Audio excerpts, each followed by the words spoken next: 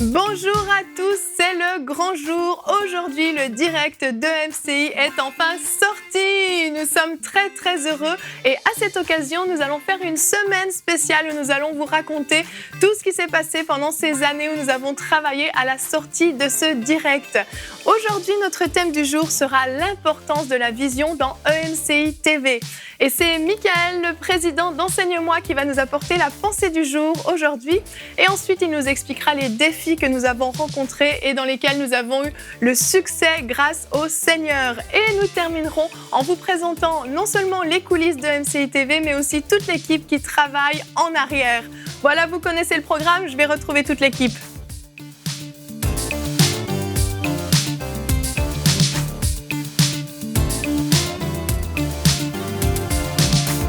Bonjour tout le monde.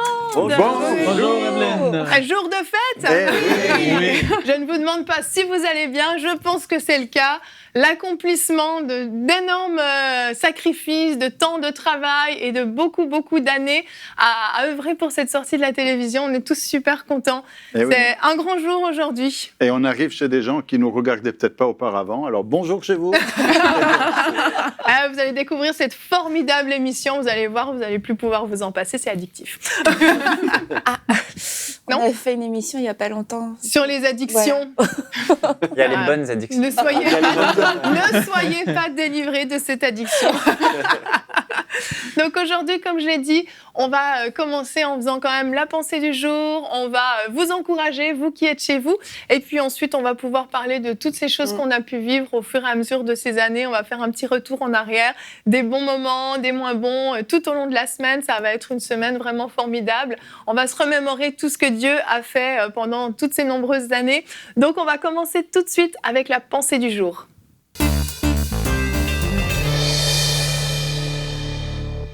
Michael, comme je l'ai dit, tu es le président d'enseigne-moi.com, au cas où les gens ne le savent pas. Et aujourd'hui, le titre de ta pensée est l'importance de la vision. Oui. Alors j'ai écrit une pensée qui est en rapport avec le thème, l'importance de la vision.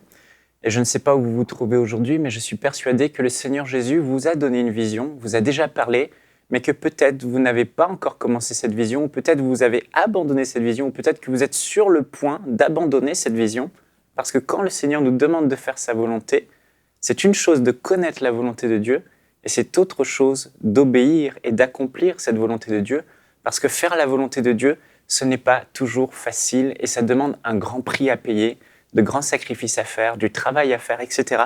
Et parfois notre âme se retrouve à ce point de rupture, ce moment où il faut prendre la bonne décision. Et cet endroit s'appelle Gethsémane. Et j'aimerais vous parler de Gethsémane. Ma pensée s'intitule Gethsémane, là où tout se décide. Le Seigneur Jésus, lui-même, qui est le Maître, qui est le Seigneur de toutes choses, qui est le Créateur du monde, s'est retrouvé lui-même à devoir lutter contre les pensées de son âme, devoir lutter contre sa chair lui-même à Gethsémane. Il savait très bien ce que le Père voulait.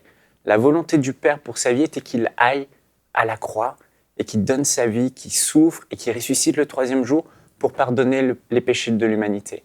Et quand Jésus s'est retrouvé à Gethsémane, alors qu'il savait pertinemment, il va être dans une lutte terrible, non pas contre forcément le diable, mais contre sa chair lui-même qui criait « Non, je ne veux pas souffrir, je n'aimerais pas boire cette coupe de souffrance ». Et quand tu es à Gethsémane, tu vois exactement la souffrance que va te demander le prix à payer que va te demander la vision. Tu vas voir toute cette pression qui va être là contre toi. Et à Gethsémane, c'est ce lieu de combat. C'est là où tout va se décider. Et on peut voir dans Matthieu chapitre 26, verset 39, le Seigneur Jésus va dire « Puis », c'est écrit « Puis, ayant fait quelques pas en avant, il se jeta sur sa face et pria ainsi. » Voici ce que Jésus dit. « Mon Père », cette prière presque incompréhensible venant de sa part, « s'il est possible que cette coupe s'éloigne de moi. Toutefois, non pas ce que je veux, mais ce que tu veux. » Et Jésus va faire 3 fois cette prière. La Bible dit dans Luc, au chapitre 22, elle donne un peu plus de détails, au verset 43, « Alors un ange lui apparut du ciel pour le fortifier. Étant en agonie, il priait plus instamment, et sa sueur devient comme des grumeaux de sang qui tombaient à terre. » Jésus, à Gethsémane, Gethsémane signifie le lieu du pressoir, le lieu où ton âme va être vraiment pressée. D'un côté, il y a l'esprit, ton esprit qui veut faire la volonté de Dieu et qui te pousse, fais ce que Dieu t'appelle à faire. Et de l'autre côté, ta chair qui voit tellement les souffrances que ça va occasionner, le prix à payer, que ta chair pousse dans l'autre sens et te dit non, surtout n'y va pas. Et le Maître, le Seigneur Jésus lui-même, face à cette mort, face à ce rejet, face à ces critiques, face à cette souffrance d'être éloigné même de son Père à la croix, va avoir toute cette pression qui va tomber sur lui. Et à Gethsémane, tout s'est décidé.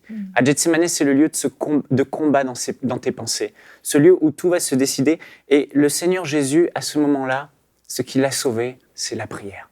À Gethsémane, Jésus est allé prier. Et à 3 fois, il a prié. Dans la prière, la Bible dit dans Ésaïe, au chapitre 40, verset 31, « Mais ceux qui se confient en l'Éternel renouvellent leur force. Ils prennent le vol comme les aigles. Ils courent et ne se lassent pas. Ils marchent et ne se fatiguent point. » Jésus est allé puiser la force de pouvoir résister aux oppositions, la force de pouvoir se tenir debout, la force de pouvoir se relever malgré tous les coups qu'il va prendre, la force de recevoir, la force d'être inébranlable. Il est allé la puiser dans la prière.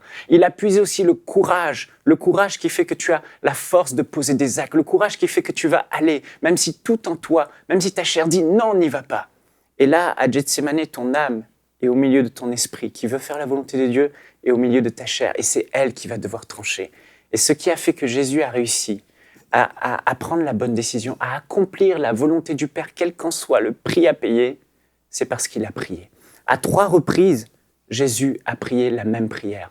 Et il a dit, non pas ma volonté, mais ta volonté. Toutefois, non pas ma volonté, mais ta volonté.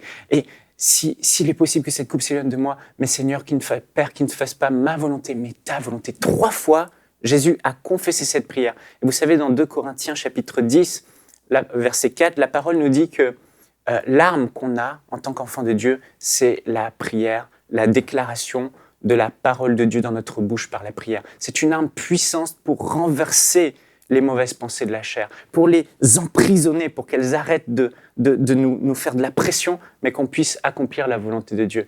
Et à Gethsémane, en confessant la volonté de Dieu, à 3 reprises, le Seigneur Jésus a soumis les mauvaises pensées pour qu'il puisse accomplir la volonté de Dieu. Et je veux vous encourager aujourd'hui. Vous êtes peut-être à Gethsémane, vous traversez peut-être des moments difficiles, et tout en vous dit non, abandonne, laisse, n'accomplis pas cette vision, c'est trop difficile, tu n'y arriveras pas. Et là, dans ton cœur, ton esprit te dit non, vas-y, continue, Dieu est avec toi, tu vas y arriver. Tu ne dois pas rester la bouche fermée à Gethsémane, mais tu dois aller dans la prière comme le Seigneur Jésus et avec ta bouche, parler la parole de Dieu pour soumettre ton cœur, ton âme, les pensées de ton âme à la volonté de Dieu et trouver ainsi la force et le courage d'accomplir ce que Dieu te demande d'accomplir. Alors je veux t'encourager, prie, fortifie-toi et parle, déclare la volonté de Dieu dans la prière et tu verras, tu trouveras la force et le courage de continuer. Amen. Amen. Une pensée qui est vraiment encourageante. Hein. On est tous déjà passés, une fois ou une autre, dans une période comme ça où on avait envie de se décourager. Et le fait de savoir que notre Seigneur, Jésus lui-même, est passé par là et qu'il a réussi, on se dit c'est notre maître, c'est notre modèle. Si lui a réussi alors que son épreuve était bien plus grande que tout ce qu'on pourra jamais rencontrer toute notre vie, il nous donne la force aussi, la capacité de pouvoir avoir la victoire dans ce temps-là. Et avant de vous donner la parole, on va regarder notre sondage internaute. Nous vous avons posé la question: avez-vous déjà abandonné une vision que Dieu vous avait donnée? Et vous avez été 33% à répondre oui, 31% non, mais je commence à me décourager, et 36% non. Ça fait quand même un peu plus de 60% qui ont déjà abandonné ou qui ont envie d'abandonner. On voit que c'est une réalité. Il y a des défis dans la vie qui font que c'est vrai, on a des fois tendance à vouloir abandonner. Et nous-mêmes ici à EMCI, on a déjà vécu des choses comme ça. On va en parler tout à l'heure. On a eu des opportunités d'abandonner, mais il ne faut pas le faire. Je pense que vous êtes tous d'accord avec moi. Moi, je pense qu'une des choses importantes, c'est que si on réalise en fait que la vision vient de Dieu, et si on prie, on sait que le Seigneur va l'accomplir.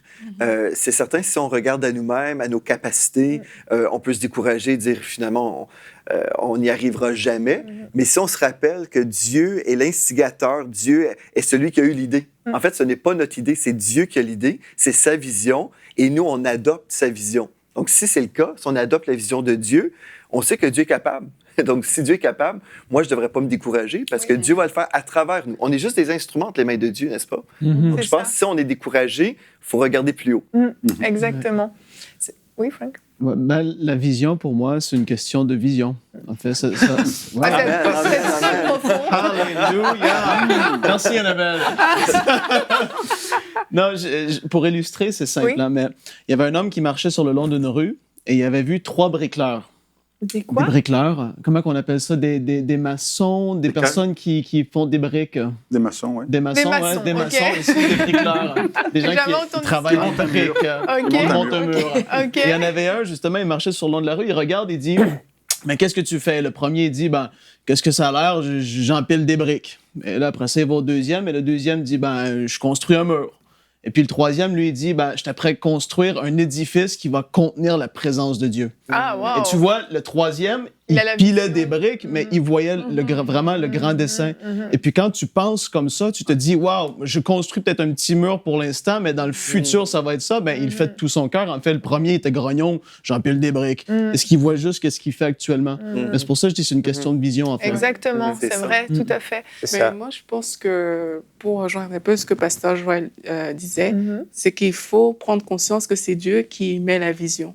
Quand la vision elle vient de Dieu, c'est sûr que quand on a des attaques qui arrivent, Dieu n'est pas un menteur. Dieu n'a pas menti. S'il a donné la vision, ça veut dire que la vision va s'accomplir. Donc, c'est maintenant à nous vraiment de nous positionner comme des personnes que Dieu va utiliser pour accomplir cette vision-là. Et Dieu ne nous a jamais dit que ce sera par notre force que ça va se faire. C'est toujours par sa force à lui et par sa puissance. Et une fois qu'on s'appuie sur ça, c'est ça qui nous donne la force d'avancer, même lorsque nos pensées et tout notre être en train de lui dire non. Mais lorsqu'on regarde, la vision vient de Dieu, ça donne aussi la force de pouvoir avancer. Si quelqu'un a des doutes, il faut relire Habakkuk. Écrit la Hein, vision. où le prophète va dire, ben, si elle tarde, attends-la, Oui. parce qu'elle s'accomplira. Amen. Et quand il y a une vision, ben, il faut croire qu'elle va s'accomplir. Il n'y a rien de pire que de s'arrêter et puis finalement de dire après, ben, il ne s'est rien passé. Ben, on n'arrive pas quelque part si on arrête de marcher. C'est ça. À un moment donné, si le Seigneur dit, tu vas là, c'est la vision, c'est la direction, ben, il faut persévérer, il faut continuer, il faut le croire. Et des fois, il y a des personnes qui ont une vision pour une semaine, pour 15 jours, et puis un mois après, alors, ah ben non, j'ai changé d'avis. Oui, Une exactement. nouvelle saison. Nouvelle Ça, à un saison. moment donné, quand il y a une direction, quand le Seigneur a parlé, ben, il faut s'accrocher à cette vision et puis tenir ferme et puis aller jusqu'au bout. Parce que le découragement viendra en fait. C'est Bah oui. sûr, il y a un moment, on va être découragé, Ah oui. il y a un moment où on va heurter un mur, il y aura un défi, il y aura quelque chose. Et puis c'est là justement où il faut se fortifier et ne pas céder au découragement. Le découragement peut venir, mais il ne faut pas y céder. Ça, Gethsémane, c'est vraiment ce lieu où tu es à ce point décisif, où la bataille qui va être cruciale finalement. Et à Gethsémane, il y a beaucoup de héros. J'ai prêché ce message un jour, je disais qu'il y a beaucoup de héros qui ont été révélés, il y a beaucoup de destinées qui ont été révélées, mais à Gethsémane, il y a aussi beaucoup de héros qui étaient connus comme des héros qui sont tombés. Il y a beaucoup de pasteurs qui ont abandonné leur église. Il y a beaucoup d'hommes qui ont délaissé le ministère pour avoir une vie plus tranquille, une vie plus facile, parce que voilà. Mais je crois que le secret d'un homme, de tout visionnaire, reste quand tu fléchis les genoux à Gethsémane. Et que là, tu te retrouves face à celui que tu aimes de tout ton cœur, face à Dieu, face à la vision que tu lui as donnée, et ton amour pour lui, c'est l'amour que Jésus avait pour le Père était tellement fort qu'il était prêt à supporter la mort, en fait. Mais si tu fléchis pas le genou, si tu es là juste à contempler le futur et voir les défis qu'il y a, tu te dis, je vais pas y arriver, autant que j'abandonne, c'est trop difficile. Mais quand tu te retrouves face à Dieu chaque jour, je dis souvent, un homme de Dieu, c'est un homme qui se tient chaque jour devant Dieu. Il y a tellement de choses à l'intérieur de nous qui se rééquilibrent, il y a tellement de force qui vient, il y a tellement de renouvellement, de force et de courage. Quand juste tu fléchis le genou et que tu pries avec ton cœur, pas avec ta tête, mais avec ton cœur, et tu dis, Père, non pas toutefois ma volonté, mais ta volonté. Et là, tout se passe dans la prière, en fait. Fléchir le genou, Vraiment. prier, parler. Vraiment, vraiment. Le verset du jour qui est dans Philippiens 4,13 aujourd'hui dit « Je puis tout par Christ qui me fortifie. Et juste ce simple verset qui est très court, mais qu'est-ce qu'il est puissant. Je puis tout. Tout, c'est tout. C'est pas juste certaines choses, c'est tout. Par Christ qui nous fortifie. Et comme tu le dis, comment on se fortifie, comment on est renouvelé dans nos forces, comment on est renouvelé même dans la vision. On a besoin parfois d'être rafraîchi, que le Seigneur vienne nous rafraîchir dans la vision, nous rappeler ce feu qui brûlait en nous quand il nous a parlé pour la première fois. C'est quand on est au pied du Maître, quand on est dans sa présence, quand on est avec lui, il nous remémore ces temps-là. Quand on reçoit la vision la première fois, là, on n'a pas de découragement. Là, on est comme tellement zélé, excité. Wow, on voit les choses, on voit loin, ça va être formidable, extraordinaire. Et puis bon, tout à coup, la vision diminue. Donc, demandons au Seigneur parfois de rafraîchir la vision, de nous rappeler ce qu'il veut faire. Et on va rester sur toi, Michael, parce que, comme je l'ai dit, tu es le président d'Enseigne-moi et tu as été au cœur de tout ce projet de la vision, de la sortie de cette télé. Et je pense que des occasions, et je le sais en fait, en tant que ton épouse, je t'ai vu de nombreuses fois fléchir le genou et même rester face contre terre devant le Seigneur parce que justement, il y a eu du découragement. Est-ce que tu peux nous parler un petit peu de tout ce qui s'est passé? On a eu des défis, il y a eu des choses qui ont causé du retard. Vous le savez à la maison, tous, vous vous dites certainement aujourd'hui, enfin, ça sort depuis le temps, on n'y croyait plus, etc. On a eu certains commentaires, les gens s'impatientaient. Et qu'est-ce qui s'est passé? Qu'est-ce qui a causé ce retard? Et puis comment on a réussi surtout à avoir le succès puis à sortir cette télé aujourd'hui? Je vais déjà dire comment on a réussi. Comment on a réussi. C'est vrai qu'enseignement, on prie tous les lundis matins. Et ces temps sont précieux. On prie en équipe, on est tous là. Et on commence la semaine en remettant cette semaine au Seigneur. Et à maintes reprises, le lundi matin, en équipe, on a vraiment été encouragés. Le Seigneur a parlé par des prophéties, le Seigneur a encouragé. Et ça nous a gardés parce que c'est clair que l'adversité était tellement forte, les défis étaient tellement grands pour la petite équipe qu'on était, que tellement de fois, moi je me suis retrouvé, je ne sais pas, peut-être 3-4 fois à Gethsémané. Mais un vrai Gethsémané, au point de vouloir tout. Ça craque à l'intérieur. Tu dis, je vais craquer, je vais mourir, je vais pas y arriver. Mais c'est vrai que là, le Seigneur, il te relève, quoi. C'est formidable. Ouais. Donc il y a eu ces temps en équipe et ces temps individuels aussi, où tu rentres, tu es déprimé, tu ressors, tu es plein de joie, plein de feu, parce que le Seigneur t'a relevé et comme on l'a dit, il t'a rappelé la vision. Jésus, dans Hébreux, il est dit en vue de la joie qui lui était réservée, la joie du salut des âmes, la joie de ce qui allait arriver pour lui. Vous avez eu besoin, vous aussi, de vous fortifier, j'imagine, chacun à son niveau. Mais comment vous l'avez vécu, vous, Annabelle? Mais je pense Annabelle, tu es la vice-présidente, je veux le préciser quand même. Une des clés dans tout ça, c'est qu'à chaque jour suffit sa peine. Et comme Michael disait, un homme, une femme de Dieu, c'est quelqu'un qui va devant Dieu tous les jours. Et devant la grandeur de la vision, on oublie qu'en fait, chaque jour est important et que la provision de Dieu, chaque jour, est suffisante, par contre. Et c'est ça qui peut nous faire défaut, qui peut amener le découragement. C'est quand il y a des jours où on manque de provision. Mais vraiment, à chaque jour, la provision de Dieu est vraiment suffisante et nécessaire. Et je l'ai vraiment appris parce que devant toute l'immensité, ça va être trop dur. Mais vraiment, chaque jour, Dieu donne sa paix, Dieu donne sa joie, Dieu donne sa force. Et puis chaque jour, on avance, on fait un pas de plus, on refuse le statu quo, on refuse de revenir en arrière. Mais oui, c'est un combat. C'est le combat de la foi, je pense, de continuer de se battre, de continuer d'avancer, de continuer de croire. Et oui, je pense que nous tous, on a eu besoin de se fortifier. Et toi, en plus, ton poste, tes fonctions ont vraiment évolué au fur et à mesure des mois et des années qui ont passé. Moi, étant une femme, étant donc de nature plus délicate. Tu peux dire fragile, hein. On est d'accord avec ça. Peut-être fragile, mais elle a démontré beaucoup de force. Parce que tes charges de travail ont vraiment évolué au fur et à mesure du temps et tu as su t'élargir. Il y a des moments, c'était vraiment difficile et j'ai dit à un moment à Mika, franchement, le direct, on va mourir, quoi. On va mourir, faudrait peut-être arrêter avant qu'on meure, je sais pas. Et c'était un moment charnière. Et puis le Seigneur a parlé à Michael, non, voilà ce que je veux faire à travers le direct. Il y a des gens comme Frank aussi qui ont toujours gardé la vision de voir ce que le direct allait faire dans les foyers, dans les maisons, etc. Et ça, c'était vraiment important de pouvoir se repasser comme Marie les paroles que Dieu avait données pour qu'elles soient réelles chaque jour. Oui, vraiment, vraiment.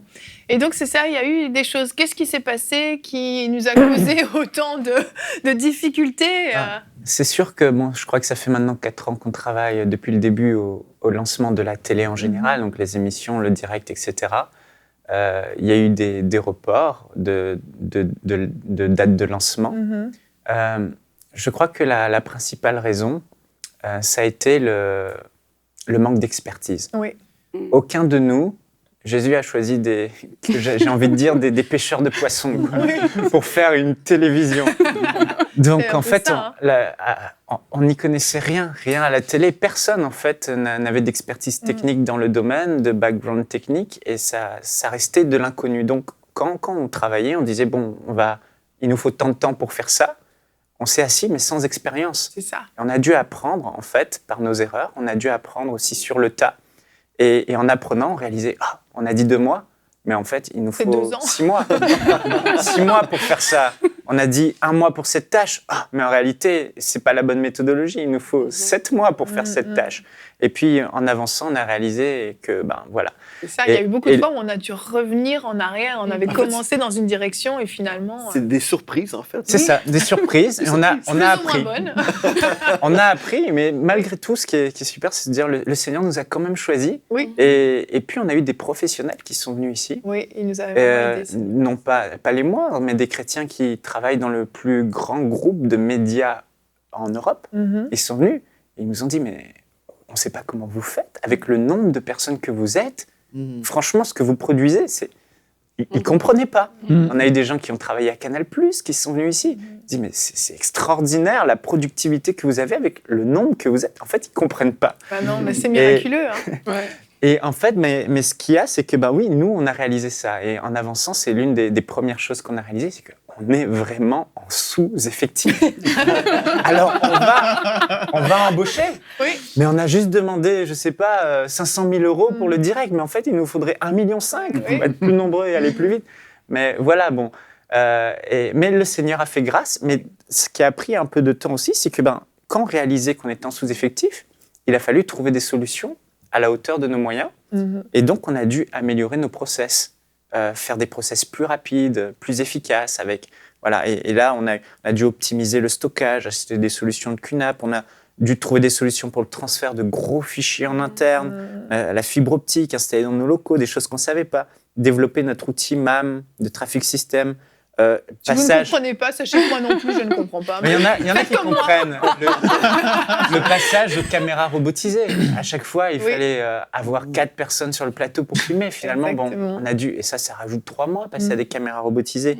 Le montage de vidéos en post-prod prenait trop de temps. Les monteurs n'arrivaient pas à suivre la cadence. On a dû passer à faire du montage en simultané, en instantané. Donc, au moment où le tournage se finit, la vidéo est prête. Et tout ça, ça rajoute 4-5 mois, etc. Le problème de son, le fameux CEDAR, etc.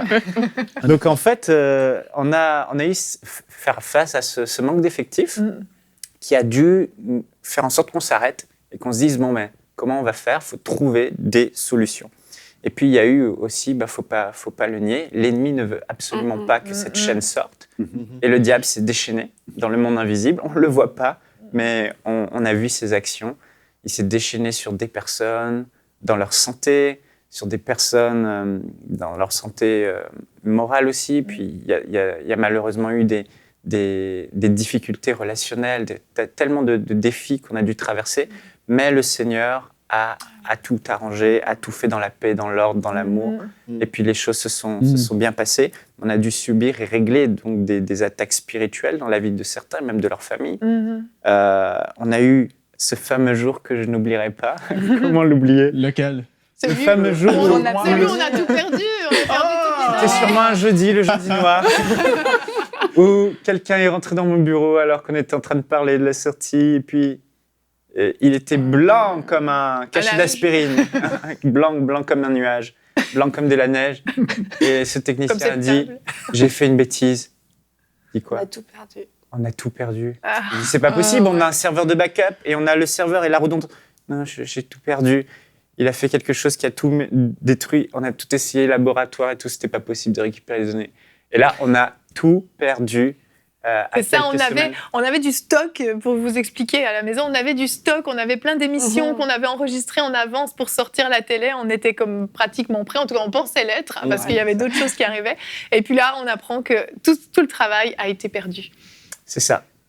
Et donc, on a dû faire face à toutes ces attaques. Mais je suis vraiment fier aujourd'hui, vraiment. J'en parlais encore avec quelqu'un de l'équipe là, cette semaine. Je disais, je suis vraiment fier parce qu'on a réussi. On a traversé toutes les tempêtes et on a achevé la course. Et aujourd'hui, en fait, ce que ce temps nous a permis de faire, c'est de mettre des fondations solides. Vraiment, des process solides. C'est ça. Et maintenant, on peut construire. En fait, c'est le début. Le début de l'ascension.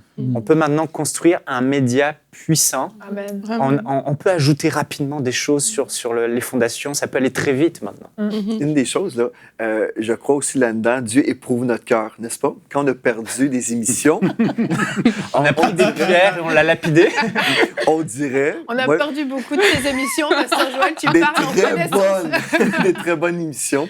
Puis là, quand ma femme me disait, mais comment tu te sens? J'ai dit, bien. Au début, bon, j'avoue, c'était pas la joie. Mais après, j'ai dit, je l'ai fait pour le Seigneur et c'est encore enregistré au ciel. Donc, on le fait pour le Seigneur, c'est ça, hein? Donc, après, on vit un certain deuil, mais on dit, OK, on va le refaire. Et puis, c'est ça qu'on fait. C'est ça. Pasteur Joël, avant de tourner une émission, après, il disait, c'est pas grave si vous perdez tout. Moi, c'est pour Jésus que je le fais. Il se fortifiait. Il parlait à son cœur. Et toi, Pasteur Joël, en tant que membre du CA, vous avez beaucoup prié ensemble. Frank aussi, t'en fais partie, Annabelle, Michael, et il y en a d'autres qui ne sont pas là. Comment tu as vécu, toi, ces différents retards, ces différents reports et tous ces temps d'épreuves qui venaient, etc. Ben moi, j'ai pas été aussi éprouvé que vous. Ben moi, la façon que je le vis, c'est dans la prière. C'est ça. Moi, je prie pour Toi, vous. tu as énormément prié. Oui, c'est ça mon rôle. Je fais juste ça, quoi. Non, c'est pas vrai. Mais c'est ça, C'est c'est hyper vraiment important. dans la prière. Ouais. Et moi, ce qui m'a vraiment aidé, c'est quand Dieu nous parle et quand Dieu m'a donné des fois des songes concernant l'équipe. Ouais. Et puis, quand on voit ce que Dieu va faire, ben on poursuit. Puis on continue à prier. Et puis, une fois, j'ai eu un songe. Et puis, j'ai vu une belle chorale, la chorale Brooklyn Tabernacle. Et puis, cette chorale représentait, dans ce songe, cette chorale représentait vraiment le ministère ici. Et je sais que cette chorale, ben, elle est glorieuse, elle est belle. Puis, c'est la même chose pour cette télé. C'est vraiment comme un chef-d'œuvre, hein, pour Dieu. Et puis, je crois que Dieu est en train de tout orchestrer. Donc, quand on a cette vision, on se dit, OK, on est en préparation, on est en répétition, il y a des défis, quelqu'un fausse, il y a toutes sortes de défis, mais en bout de ligne, on va voir un beau concert. Et puis, moi, j'y crois. Donc, j'ai juste persévéré dans la prière et puis en tournant comme j'ai pu. Ben oui, c'est ça. C'est ça. Et aujourd'hui, en ce lundi historique, hein, il faut bien Ouais, réaliser, faut le c'est quand même un lundi historique Et après vraiment. tous ces mois. Aujourd'hui, enfin, c'est là. Et c'est un peu comme un mariage. Vous savez, le jour du mariage, c'est un beau jour, c'est la fête, on attend ça avec impatience, mais c'est que le jour 1. Oui. C'est que le début. c'est C'est ça. que le début. Et là, c'est la même chose. Aujourd'hui, il y a de la joie parce que c'est le jour 1. Et puis parce qu'on sort, on est là, on est chez vous, on est avec cette chaîne, donc 24 heures sur 24 en ondes. Mais c'est le jour 1.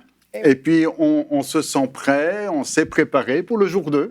On sera là demain. Eh oui. Et le jour 3, et la semaine prochaine. Et puis... C'est ça. C'est vrai. C'est juste le début. Toi, Jonathan, t'es venu en renfort, tu t'es greffé à l'équipe en cours de route et t'es venu nous apporter aussi toute ton expertise et ton savoir-faire. Et c'est précieux aussi pour les gens qui se demandent, mais Jonathan, étais pasteur à Drummondville, pour ceux qui te connaissent, comment tu as atterri à EMCI. C'est ça, là, vraiment, tu es venu en renfort actuellement. Est-ce que tu veux nous dire quelques petits mots par rapport à ça? Non. On fait ce qu'il y a à faire. Hein. C'est un peu comme quand il y a une construction. Si on reprend un peu, bon, à un moment donné, il faut tenir une poutre ou il faut serrer un boulon. Bon, ben, c'est un travail d'équipe. Hein. Et c'est ça qui fonctionne bien ici à Enseigne-moi. C'est un travail d'équipe où chacun travaille, chacun contribue. Il y en a pas qui sont plus importants que d'autres. Tout le monde est important parce que comme s'il y a un boulon qui est mal serré, ben, tout peut s'écrouler, mais tout le monde travaille ensemble dans la joie, la bonne humeur, et puis la consécration, puis aussi la douleur. Quand Michael parlait tout à l'heure, j'ai pensé à l'apôtre Paul. L'apôtre Paul, quand on est venu lui montrer les choses glorieuses qu'il allait faire, il allait prêcher aux grands, aux rois, aux extrémités de la terre. Mais Ananias lui dit aussi toutes les choses par lesquelles il devrait souffrir. Je dis, bon, alors, je ne sais pas si c'est bon de le savoir dès le départ, mais il y a des... Au moins, tu sais dans quoi tu te lances. Hein. C'est l'avantage. Quand tu dis oui, tu dis oui. Là. Ça. Et il a dit oui. Mais il a persévéré malgré ça, et il a bien fait, parce que sinon, l'Église ne serait pas ce qu'elle est aujourd'hui. Et la EMCI ne serait pas ce qu'elle est aujourd'hui, et on ne serait pas en onde aujourd'hui s'il n'y avait pas eu ces hommes et ces femmes fidèles qui ont persévéré ces derniers temps. Amen, amen. J'aimerais juste rajouter quelque chose. Je me souviens, il y a eu une période vraiment plus difficile. Je crois qu'on aura l'occasion d'en parler cette semaine dans ce témoignage. Mais j'étais vraiment au plus bas, là. C'était Gethsemane, plus. Et je me souviens, je disais, mais faut qu'on arrête ce direct, quoi. C'est pas possible. On va tout couler, tout détruire. Et puis, un matin, je me suis levé. Et les bontés de l'Éternel se renouvellent chaque matin. Et un matin, je me suis levé. Et dans mon cœur, j'ai vu ce que allait faire le direct. Et j'ai vu qu'avec le direct, on allait exister aux yeux du monde, aux yeux des gens, comme une véritable chaîne. Parce que des émissions sans direct, c'est ça. Et là, le Seigneur a parlé à mon cœur. Et j'ai réalisé qu'avec le direct, les portes des nations allaient s'ouvrir. Des portes insoupçonnées, des portes qui étaient verrouillées allaient s'ouvrir, les portes du milieu séculier. Donc, le meilleur est à venir. Amen. Donc, on se réjouit de voir ce que Dieu va faire. Amen, amen. Vous l'aurez compris et vous allez le comprendre tout au long de ces émissions cette semaine, c'est qu'on vit dans un miracle perpétuel, mais ça ne veut pas dire qu'il n'y a pas de défi, mais vraiment, c'est incroyable tout ce qui est fait. Et puis, pour vous en montrer un petit aperçu, on a fait une petite vidéo qui est très, très courte, qui ne montre pas tout, on peut pas tout montrer, il y a tellement de choses à montrer, mais un petit aperçu de ce qui se passe ici. Vous allez voir les studios sans les décors, vous allez voir comment ça fonctionne, vous allez voir un petit peu la régie, voir toutes les personnes qui travaillent en arrière, donc je vous laisse regarder la vidéo.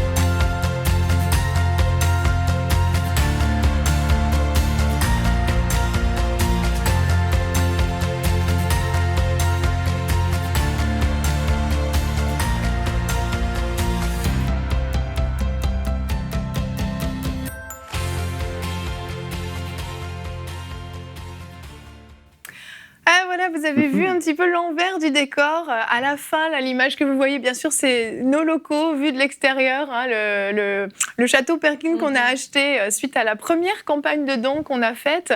Et puis, vous avez vu aussi là le studio. Alors, vous vous êtes dit, mais qu'est-ce que c'est? Je reconnais pas. Là, on voyait quelqu'un en train d'installer une partie du décor. Vous avez vu, c'est simplement le grand studio dans lequel sont filmées la plupart des émissions avec des décors modulables. Et oui, il y a tout un travail de changement de décor qui est fait. Vous avez vu en régie Anthony Saudril, qui est l'autre que le frère de Jérémy, qui est le réalisateur qui est en régie. Frank aussi, qui est également en régie en tant que réalisateur.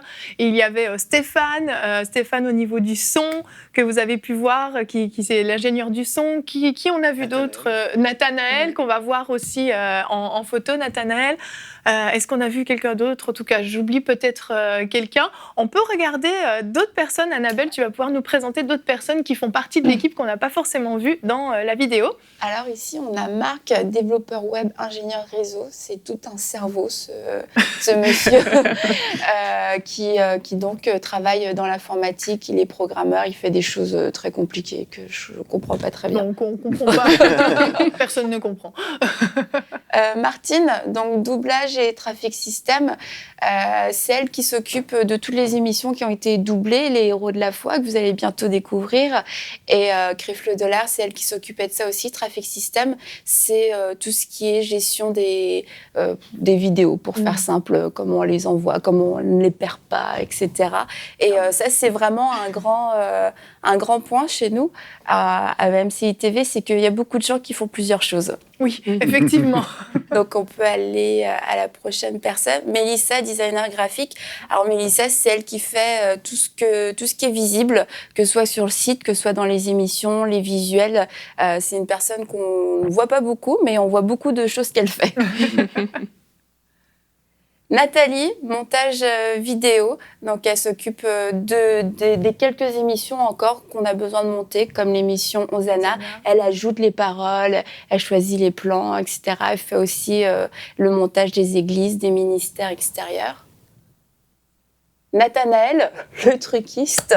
Quel beau nom, un truquiste. Oui, vous avez bien lu. Donc Nathanaël, c'est lui. pas un illusionniste. on a Martine qui fait du trafic et Nathanaël. C'est vraiment une équipe louche. Qu'est-ce qu'un truquiste, Annabelle? Donc Nathanaël, truquiste, c'est lui qui est en train d'envoyer toutes les images en direct pendant les émissions, qui a donc envoyé lui-même sa propre photo de lui-même à cet instant même. Nathanaël donc s'occupe de faire ça, les versets qui s'affichent, les génériques, etc. Ça fait partie de notre nouvelle façon de fonctionner depuis quelques temps. Donc voilà, Nathanaël. Sandra, au montage vidéo, qui nous vient de la France. Elle a travaillé dans une chaîne séculière et elle est venue nous prêter main forte il y a quelques mois maintenant. Donc, elle fait du montage vidéo. Et au passage, elle nous a fait aussi comprendre, elle nous a dit comment ils fonctionnaient chez eux et que pour des choses que nous, on fait avec une seule personne, eux, ils peuvent en avoir 5. Et ce qu'on peut faire avec une semaine, ils sont 5 personnes pour le faire en un mois. Donc, vraiment, on fonctionne dans le surnaturel. C'est ça. On le verra mercredi aussi avec Anne dans la rubrique Actu qui va nous expliquer comment les autres chaînes chrétiennes d'autres pays fonctionnent. Et puis on verra que, effectivement, encore une fois, c'est complètement fou et on vit dans un miracle où on est des surhommes et des surfemmes. Je ne sais pas. Non, nous avons un grand Dieu qui se plaît avec un petit nombre. Exactement. Il y a Aurélie aussi qu'on n'a pas vue. Aurélie, qu'est-ce que tu fais en enseignement, Aurélie? À part des émissions de Paroles de femmes et de Bonjour chez vous. Enseignement, je m'occupe du département habillage. Et pour ceux qui ne savent pas c'est quoi l'habillage, Ce ne sont pas nos vêtements. Non, pas du tout. Ça ne concerne pas les vêtements. C'est une façon de donner une identité à la chaîne de télé, de créer un univers télévisuel. Et dans cet univers-là, on retrouve tout ce qui est bande-annonce. Le but, c'est d'informer le téléspectateur et c'est de promouvoir également nos émissions. Donc, on réalise des bandes-annonces que peut-être les gens ont déjà vues, mais que les gens vont voir, sont en train de voir. À partir d'aujourd'hui. Voilà, exactement. Juste après l'émission, là. Oui, effectivement, juste après, vous aurez une belle bande-annonce qui va vous présenter un programme. Et c'est tout ce qu'on conçoit dans le département habillage. Exactement. Et puis bon, peut-être qu'on a oublié des personnes, je ne sais plus, là c'est difficile, mais il y a beaucoup de monde et vraiment chaque personne est vraiment multitâche, comme on l'a dit.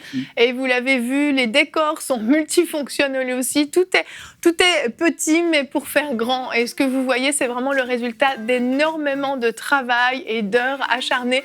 Et j'espère que vous vous réjouissez vraiment avec nous de cette sortie du direct de MCI TV. On est vraiment dans la joie. On va en parler toute la semaine. Donc, restez avec nous.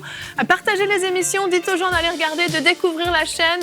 N'hésitez pas. Et demain, nous allons vous parler de l'onction qui traverse les écrans. Et nous aurons une rubrique Conseil du coach avec Jonathan qui va vous expliquer comment recevoir EMCI TV chez vous. Voilà, bonjour chez vous.